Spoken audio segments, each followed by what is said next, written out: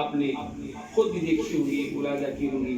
دعا ہے کہ اللہ پاک ہمیں اپنے شاہ کامل کی روحانی فیض و برکات سے مستفید فرمائے، ان کے بتائے ہوئے طریقے پہ ہمیں چلنے کی توفیق عطا فرمائے.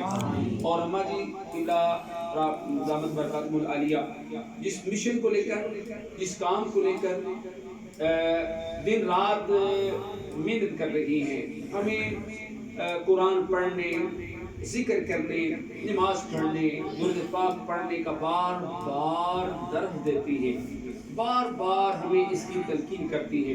ہمیں ان کے فرامین پہ عمل کرتے ہوئے اپنی زندگیوں کو سنوارنے کا اللہ پاک موقع عطا فرمائے، اور ہمیں اپنے شاہ کامل کی محبت میں مگن رہتے ہوئے اپنی زندگی بسر کرنے کی توفیق عطا فرمائے. نعت کا ایک شعر پڑھنے کی میں دو شعر پڑھنے کی میں اس کے بعد اجازت چاہتا ہوں. محبوب کی محفل کو محبوب سجاتے ہیں، محبوب کی محفل کو محبوب سجاتے ہیں، آتے ہیں وہی دل کو سرکار بلاتے ہیں. اور میں کارو ذرا جانا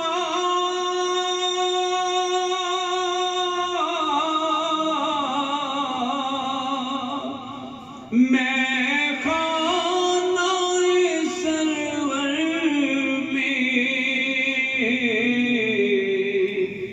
آپ جام کرم اب بھی